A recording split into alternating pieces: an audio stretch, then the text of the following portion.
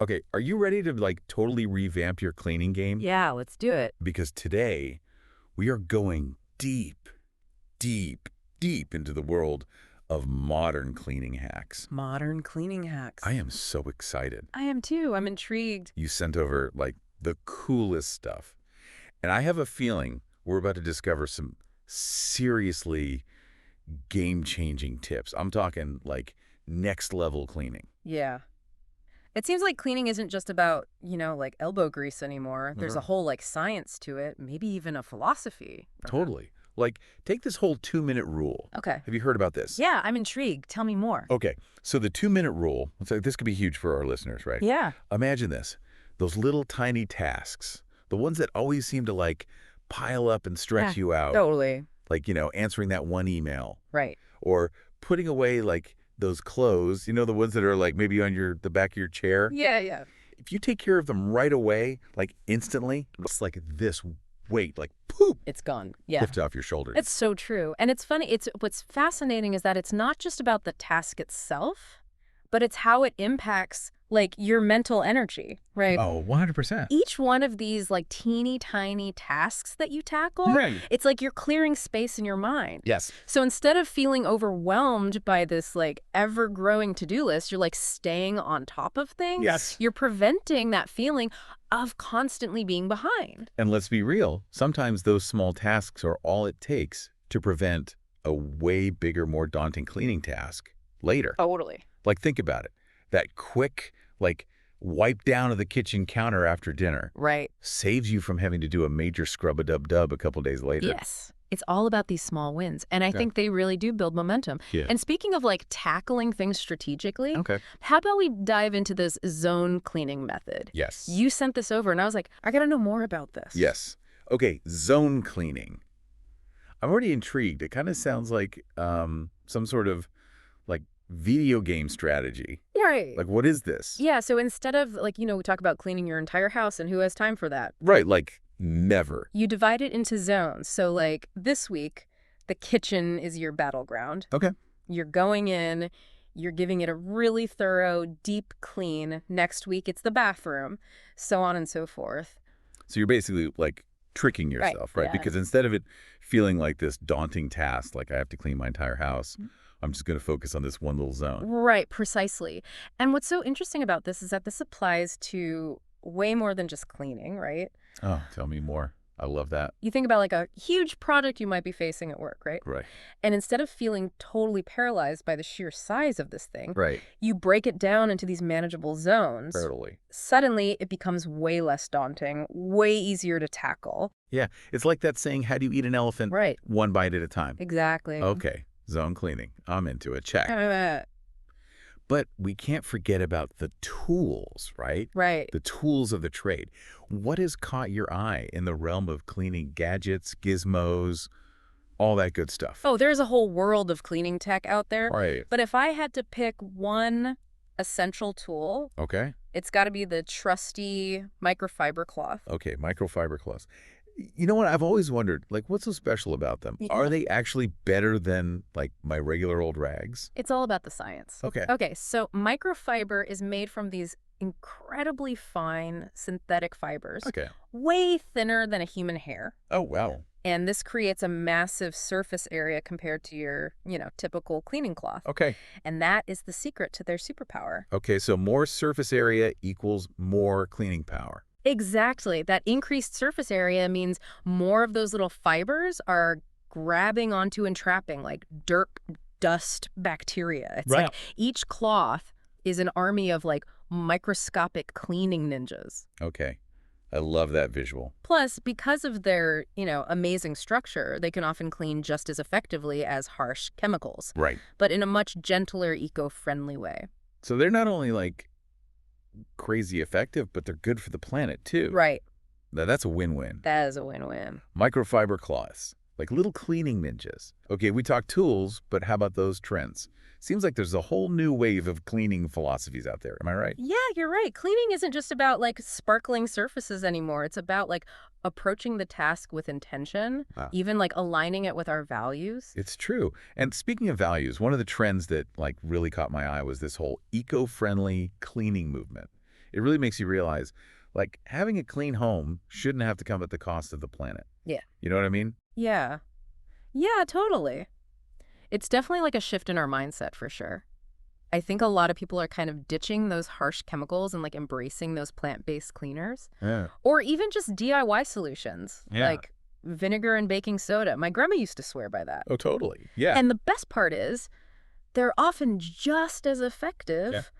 as those conventional counterparts. You know what else caught my eye? The whole minimalist cleaning approach. Oh, interesting. Tell me more about this whole less is more thing. I'm intrigued. Yeah. But also, full disclosure, I feel like I have way too many cleaning products. Oh, I hear you. I think we've all been there. It's funny, we often equate having more stuff with like being better equipped, but in reality, it often just creates more clutter, Right. more to clean, more to manage. And I feel like minimalist cleaning is like flipping the script on all of that. Totally. So instead of like, having that cabinet overflowing with all the specialty cleaners, maybe I just need a few really good multi-purpose ones.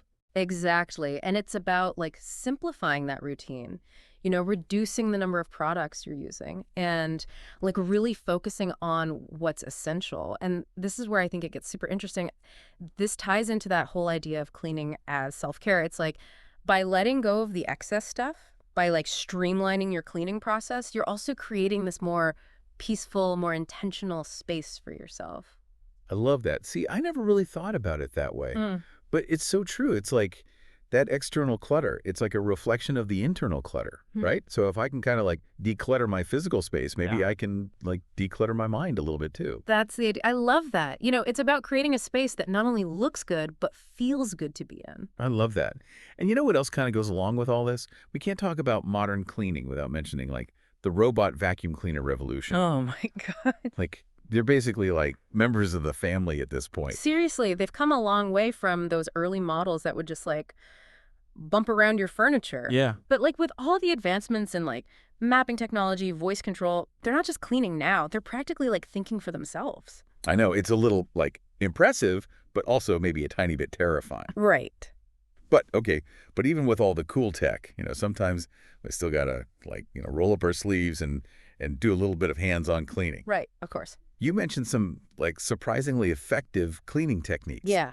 Tell us about those. I'm very curious. Absolutely. So sometimes the most effective methods are the ones that just seem like the most counterintuitive. Okay. For instance, this one might surprise you, but did you know that you should vacuum before you mop? Wait, what? You're blowing my mind right now. I always thought it was like mop first and then vacuum up all the little like dust bunnies that are left behind. So why the switch up? Tell me everything. Think about it. If you're mopping first, you're basically just pushing around all the dirt, like the crumbs, with that wet mop. Right. It's like trying to paint a masterpiece on a dirty canvas. Right. You're just spreading the mess around. Okay, yeah, that makes complete sense. So by vacuuming first, you're like removing all those particles. Exactly. So you have a nice clean slate for your mop. Exactly. And if you want to like really up your cleaning game, try using a steam mop right after you vacuum, because the heat from that steam combined with like that clean surface, it's going to give you like a truly deep clean. Oh, double whammy. I love it. Okay. Absolutely. What other like little cleaning nuggets of wisdom can you share? Okay, so we covered some crazy smart cleaning strategies, right? We have. But let's be real for a second. Sometimes the hardest part is like just getting started. Oh, tell me about it. Right. You're staring at that messy room. You're just like, ugh, Yeah. zero motivation. Any tips for like battling that motivation slump? I think, we've all been there. But, it's funny. Motivation often follows action. Ooh. Even if you don't feel like diving into this like full-blown cleaning spree, Right. try tackling one tiny task. Totally. Remember that 2-minute rule we were talking about? It's Yes. like a sneaky way to like kickstart your motivation. I love that. Like tricking your brain into cleaning mode. Exactly. Just start small. And then all of a sudden you're like, okay, I'm on a roll. Exactly. I feel that. One thing I found really helpful is like incorporating rewards. Oh, I love that. Like, let's say you finished cleaning the bathroom, boom.